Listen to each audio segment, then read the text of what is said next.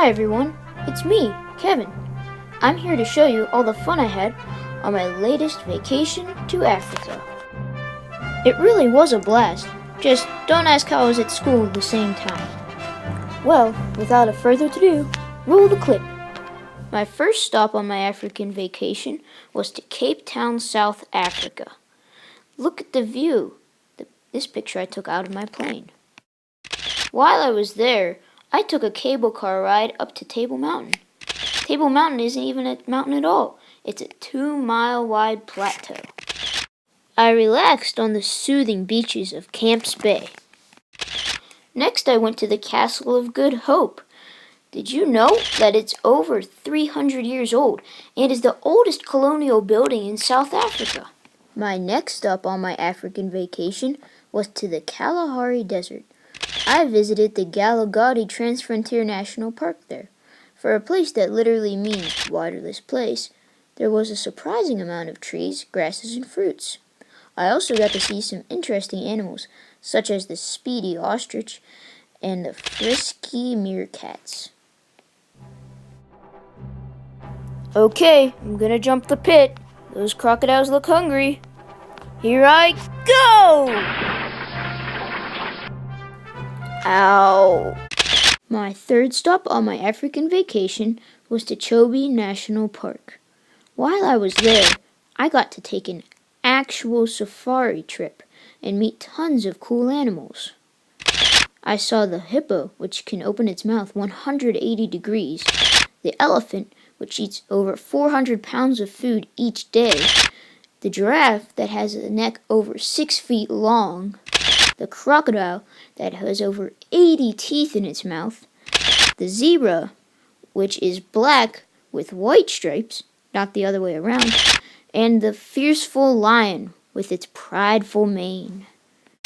From there we traveled to Zimbabwe to visit the one and only Victoria Falls. This is where the Zambezi River flows and divides into an upper and middle section. While I was there, I took a whitewater rafting tour and hung out on the edge of Devil's Pool. I would have barrel-ridden down Victoria Falls, but we didn't have enough time. My next stop was to Uganda, or more specifically, Kibale National Park. It was a rainforest, so we saw many exotic plants and animals. For there being 1,500 chimpanzees, I thought we'd see more. But they were pretty good hiders. Speaking of stealth, we also caught a glimpse of a leopard taking its prey up into a tree.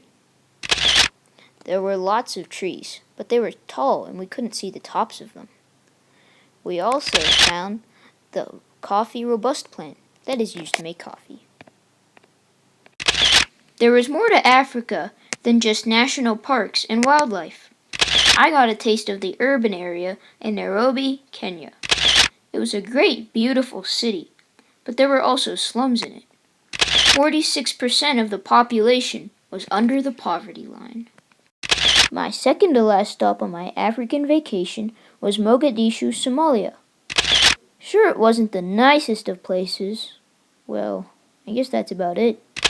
There wasn't a set government, unless you count teenagers in the back of pickup trucks with machine guns, and the people weren't in the helpful mood. I couldn't find any tourist attractions that were worthwhile visiting. Come to think of it, I don't think I'd want to go back to that place ever again. My final stop on my African vacation was Timbuktu Mali.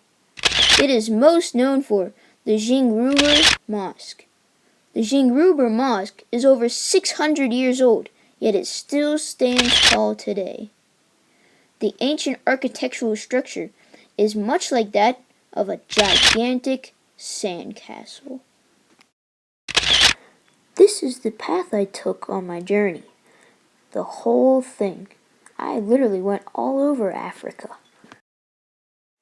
Well, everybody, that brings us to the end of my video. I hope you liked it as much as I did. Going to Africa was a once-in-a-lifetime experience. Was that a snake?